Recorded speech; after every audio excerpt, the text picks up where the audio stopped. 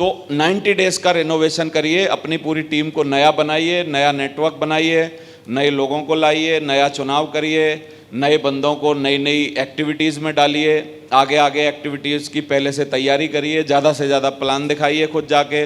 Plan दिखाने के बाद शाम को, सुबह मजदूरी होती है, प्लान दिखाना, FIM करना, फॉलोअप करना। 8 घंटे कम से कम एक अच्छे नेटवर्कर को 8 घंटा मजदूरी करनी चाहिए, और 2 घंटा एक अच्छा टीचर बन के कुछ महत्वपूर्ण लोगों को कुछ ना कुछ सिखाना चाहिए। साइमल्टेनियसली दोनों काम चलने चाहिए।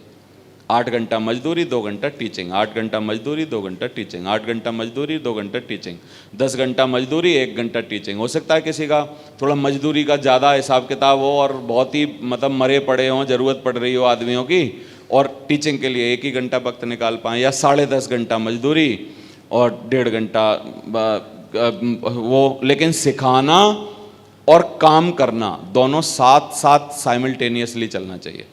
आप सोते वक्त अपने आप से पूछिए कि आज मैंने किस नए बंदे को रजिस्ट्रेशन करना सिखाया, किस बंदे को आज मैंने फोल्डर लेके प्लान देना सिखाया, किस बंदे को आज मैंने कुछ नई चीज़ सिखाई जो कि इस बिज़नेस में रेवेन्यू जनरेट करने के लिए काम करेगी। जैसे मैं जो आपको सिखा रहा हूँ ना, जितनी चीज़ें हैं, इनसे कोई रेवेन्यू जनरेट नहीं होगा। मैं जितनी भी बातें आपको बता रहा हूँ, ये बहुत फ्यूचर की बातें हैं, पता नहीं कितने लोग मानेंगे, कोई मानेगा नहीं मानेगा। लेकिन आज मैं अगर किसी को पकड़ के एक फॉलोअप करना सिखा दूं, या फॉलोअप के 4 क्वेश्चन के जवाब देना सिखा दूं, या कुछ उनको एक अच्छी ऑडियो सुनवा दूं नेटवर्क में अपने में, जिससे वो कुछ 4 पॉइंट सीख सकें, तो कितने लोग बोलते हैं मैंने रेवेन्यू जनरेशन के लिए कुछ अच्छा काम किया भविष्य में? आवाज़ नहीं आई? अच्छा काम किया ना? या मैंने कोई 2 बंदे जो आज तक बेचारे वेबसाइट खोलने के अलावा कुछ नहीं जानते थे, उनको थोड़ा रजिस्ट्रेशन करना, कैसे डालते हैं, लेफ्ट राइट में कैसे ज्वाइन कराते हैं, और बूस्टर इनकम कैसे आती है, ये सब थोड़ी टेक्निकल नॉलेज अगर ज़्यादा दे दी, तो कितने लोग बोलते हैं कि वो मैंने अच्छा काम किया फ्यूचर के लिए। ग्रेवाल सर ने, मेरे को याद है, 8-10 लोगों को पकड़ के एक बार अपने कमरे पे, जो आर्मी का कमरा था, वहीं कोर बनाया था। उसमें सबसे पहले सुनहरी जी गए थे, बस मेरे तक भी नंबर नहीं आया था। मैं या तो होऊंगा नहीं तब, या होऊंगा भी तो उस लायक नहीं समझा होगा उन्होंने जो मेरे को वहाँ बुलाया जाए। तो 8-10 बंदे उन्होंने कोर बनाए, जिसमें से सिर्फ 2 बंदे उनके सिखाए हुए अभी तक बचे हैं, लेफ्ट राइट। एक हैं सुनहरी जी, दूसरे हैं माधव सिंह, जो उनके हाथ के कोर हैं, खुद के हाथ के कोर। सही है? ऐसे मान लो खुद के हाथ के मिस्त्री हैं वो, 2 ही मिस्त्री बनाए बस, कि तू भाई इंजन खोल लिया कर, ऐसे ऐसे लगा दिया कर, मैं तेरा गुरु हूँ, कोई बात पड़े तो बताना, बाकी मैं बैठा हूँ यहाँ। 2 ही तो चेले बनाए। उन 2 चेलों ने लंका लगा रखी है पूरी, आप देखो।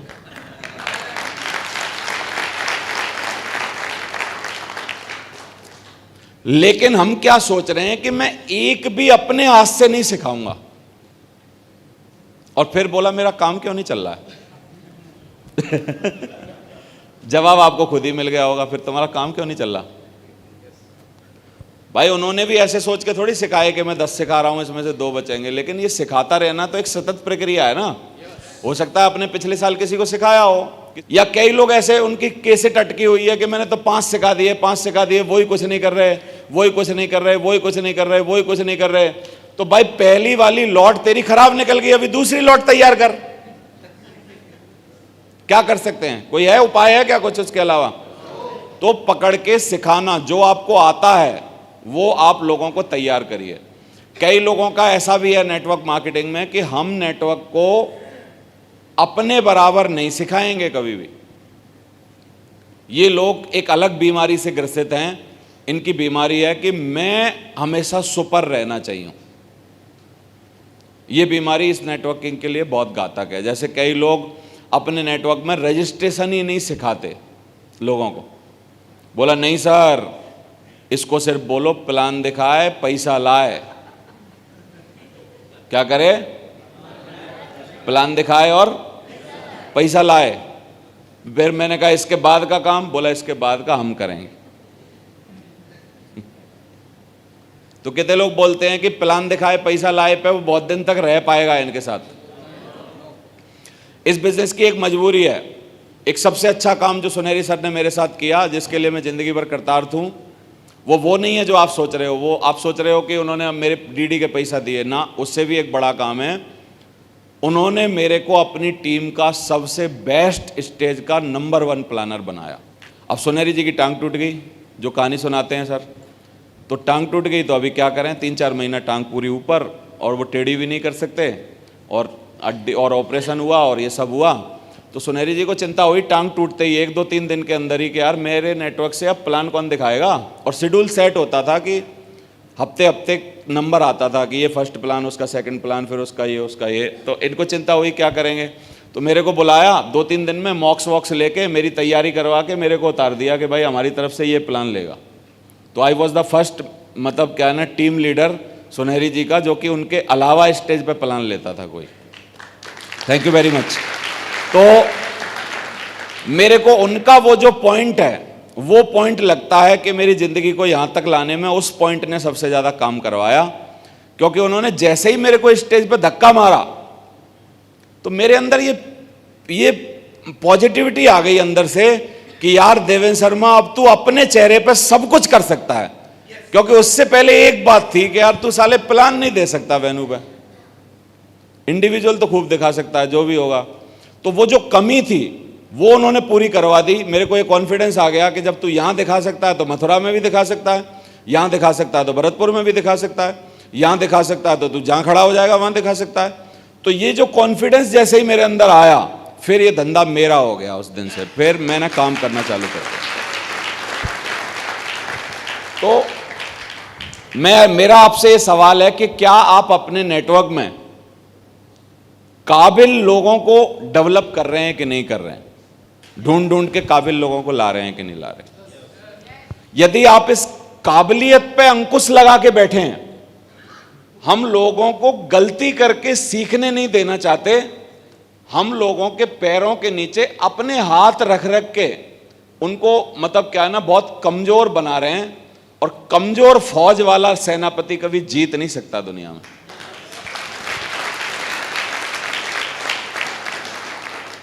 कौन सा सेनापति जीतेगा? जिसकी फौज बहुत मजबूत हो। तो कभी भी ये जहर मत दीजिए अपनी नेटवर्क, अपनी औलाद को भी कभी ऐसे मत पालिए कि बहुत नाजुक स्थितियों में जो करूंगा मैं करूंगा। मम्मी चम्मच ले लेके पीछे घूम रही है कि बच्चा खा ले, बच्चा खा ले, बच्चा भी नखरे करता घूम रहा, नहीं नहीं नहीं अभी नहीं, बाद में। ऐसी औलादें कुछ बड़ा मोदी नहीं बनेंगी कभी। ऐसी औलादें अच्छा बच्चा ही बनेंगी मम्मी का बस। और जैसे ही हुआ देखेंगी तुरंत मम्मी के उसमें पल्लू में आके बोला, मम्मी हुआ आ गया, अभी क्या करें। बड़ा होने दीजिए उनको, अपने आप सीखने दीजिए, चुनाव करने दीजिए, गलतियां करने दीजिए। समझ आ रहा है? तो औलाद के लिए भी सेम नियम है, ऐसे ही इसके लिए भी सेम नियम है। तो अपने नेटवर्क को और अपनी औलाद को मजबूत बनाइए, कमजोर मत बनाइए। सब बातें उससे पूछिए, बार बार लोगों से वो सब काम करवाइए अपने नेटवर्क में जो आप उनको देखना चाहते हैं। ग्रेवाल सर की एक बहुत अच्छी क्वालिटी है, मैं फिदा हूं उस क्वालिटी पे। हमेशा ग्रेवाल जी हर बंदे को अपने से ज्यादा मौका देते हैं राइज करने का और चमकने का। यही क्वालिटी की वजह से उन्होंने सबसे बड़ा नेटवर्क बनाया शेपशॉप का। मैंने ये बहुत नजदीक से महसूस किया है कि वो हमेशा पीछे रहते हैं और बंदों को हमेशा आगे करते हैं, हर बात में आगे करते हैं। समझ आ रहा है आपको? तो आप अपने से ज्यादा लोगों को आगे करने की मानसिकता लाइए। इस बिजनेस में कई बार हमारी मानसिकता बन जाती है, मैं सीनियर हूं, मैं ही इस प्लान की क्लोजिंग करूंगा। तो कुछ लोगों ने इस बिजनेस में ना बहुत, मतलब कास्टिज्म बनाया हुआ है। कास्टिज्म क्या होता है? ये नीची जात, ये ऊंची जात, ये बड़ा आदमी, ये छोटा आदमी, वो सब चीजें यहां भी चला रहे हैं कि अपलाइन है, अपलाइन हमेशा सुपर बैठेगा, सुपर बात करेगा। तू बोला डाउनलाइन है, हमारे सामने ऐसी बातें मत किया कर, ऐसा मत किया कर, ऐसा मत किया कर, ऐसा नहीं करना है तेरे को, ये करना है, मेरे से क्यों नहीं पूछा, मेरे से क्यों नहीं पूछा, मेरे से क्यों नहीं पूछा, मेरे से क्यों नहीं पूछा, मेरे से क्यों नहीं पूछा, मेरे से क्यों नहीं पूछा। ये क्या है? ये सुपरिज्म की बीमारी है कि आई एम द सुपर, मेरे से होना चाहिए सब कुछ, मेरे से शुरू होना चाहिए, मेरे पे ही अंत होना चाहिए, मेरा ही सब कुछ होना चाहिए। तो ऐसे बंदों को पैसा वैसा ज्यादा मिलेंगे नहीं, ये खाली इन्हीं चक्करों में ही पड़े रहेंगे बस। तो आप खुश होइए इस बात के लिए कि आपकी डाउनलाइन में कोई आदमी यदि आपकी बराबर या काबिल हो रहा है, इसका मतलब एक लेग से आपका छुटकारा हो रहा है। प्रभु हमेशा के लिए खुश होइए इस बात से। तो जीवन में आपकी डाउनलाइन यदि आपकी रिगार्ड और इज्जत कर रही है और आपके साथ रह रही है और उसका कद जितना भी बड़ा है, मैं बता रहा हूं वो आपके लिए पावर है, पॉइंट है यार, वो प्लस पॉइंट है, कोई माइनस पॉइंट नहीं है। वो बहुत बड़ी बात है यार। मैं आपसे एक और सवाल पूछ रहा हूं, एक जगह गलती पे हैं हम। एक ही दिन मंगलवार को सुबह 9:30 बजे दोनों आएंगे, या आज मंगलवार को 9:30 बजे एक आएगा और फिर 6 साल बाद मंगलवार को 9:30 बजे कोई दूसरा आएगा? नियम क्या है? एक ही दिन मंगलवार को 9 बजे? ऐसा हो ही नहीं सकता। तो बंदे हमेशा एक एक करके मजबूत आएंगे। एक ही लेग में सबसे पहले मजबूत बंदे आते हैं, एक ही लेग में मजबूत काम होता है, एक ही लेग में बैलेंस इकट्ठा होता है, एक ही लेग में नेटवर्किंग पहले सबसे तेज होती है, एक ही लेग में सबसे ज्यादा टारगेट जीतते हैं। फिर उन्हीं को दिखा दिखा के, उन्हीं की बात कर करके, अपने प्रयास ज्यादा डाल के, अपने एफर्ट ज्यादा डाल के, अपनी मेहनत ज्यादा लगा के, अपना पॉजिटिव मेंटल एटीट्यूड के साथ जब आप काम करते हैं तो दूसरी तरफ भी उसी तरीके के लोग फिर धीरे धीरे आ जाते हैं। कितने लोग मानते हैं ऐसे ही चलेगा कि दोनों एक ही दिन सुबह 9:30 बजे आ जाएंगे? बोला भाई आज मंगलवार को 9:30 बजे 2 घोड़े आ गए हैं, मैं फ्री, भाई बात करते। होगा क्या ऐसा? तो हमेशा एक लेग ही मजबूत होगी। तो जो मजबूत लेग है ना आपकी, और जो मजबूत बंदे हैं, मजबूत लीडर हैं, मजबूत बंदे जो आपके साथ आ रहे हैं, उनको अप्रिशिएट करिए, उनसे खुश होइए, उनकी तरक्की को देख के खुश होइए, उनको फील कराइए ये बात कि यार मैं बहुत खुश हूं तेरी इस बात से, बहुत मजा आ रहा है मेरे को। तो आप उस लेग से स्वतंत्र हो जाएंगे। फिर पूरा ध्यान दूसरी तरफ लगाइए, धीरे धीरे दूसरी तरफ भी लोग आ जाएंगे। ऐसे ही तो बनेगी ना बात सबकी। तो ये बात ध्यान दीजिए, कभी जलिए मत नेटवर्क से, कभी डाउनलाइन से। इसका बड़ा चेक क्यों आ गया, इसकी रैंक पहले क्यों हो गई, ऐसा क्यों हो गया, वैसा क्यों हो गया, फलाना क्यों हो गया। मैं ग्रेवाल सर को देख के जलूं अंदर अंदर, क्योंकि जलता है आदमी तब बताता नहीं है किसी को, अंदर अंदर जलता है। वो अंदर की प्रक्रिया पे बात कर रहा हूं आज मैं, जिससे वो अंदर से आपकी सफाई हो जाए। अब मैं जलूं, उनके कपड़े देख के जलूं, गाड़ी देख के जलूं, बच्चा विदेश पढ़े आया उसको देख के जलूं, अभी नया घर बनाया 3.5 करोड़ रुपए का उन्होंने।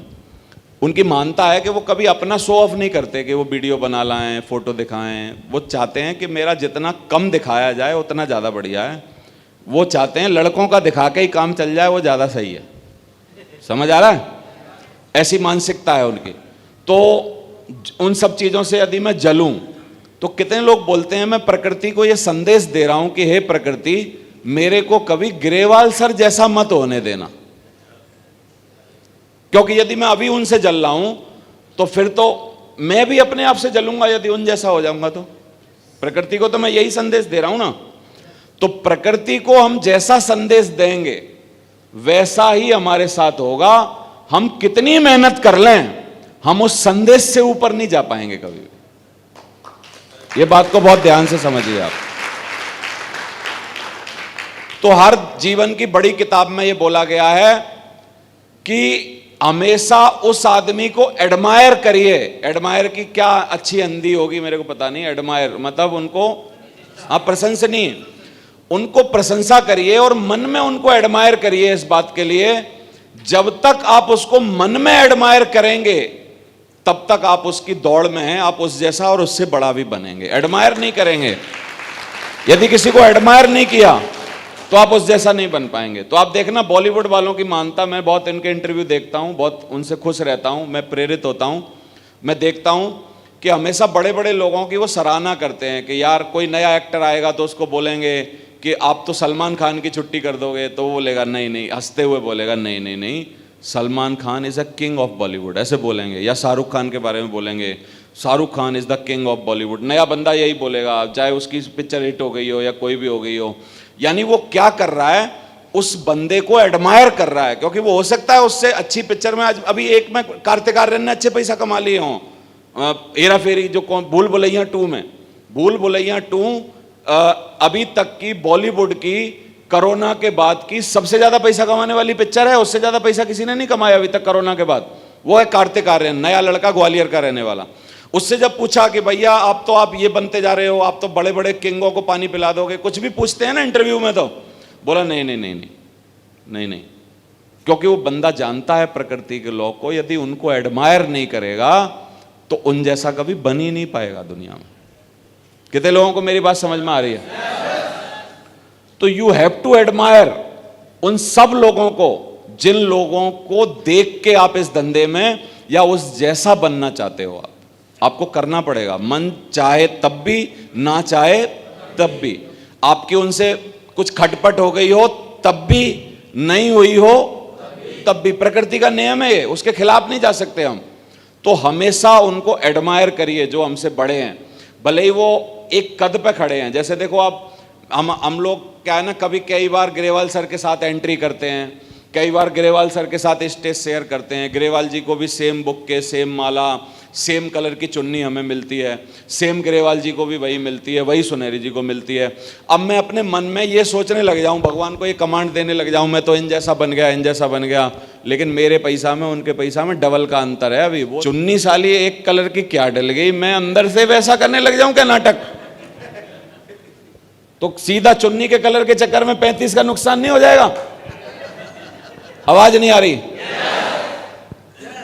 मैं आपको बता रहा हूं, मैं अपने मन में कमांड देता रहता हूं। मैंने कहा भाई ये सब कर रहे हैं एक सा, वो तो यहां बिजनेस के नाटक हैं ये, लेकिन मैं इन जैसा बिल्कुल नहीं हूं, मैं इन जैसा बनना चाहता हूं। इनके चरणों में बैठा हुआ हूं मैं अभी भी, मैं इनकी बात मानूंगा किसी भी कीमत पर। गलत तरीके से भी बोलेंगे, गलत तरीके से भी बोलेंगे, मैं इनकी मानूंगा भाई साहब, क्योंकि मैं इनके पीछे पीछे लगाऊं, मैं इन जैसा होना चाहता हूं।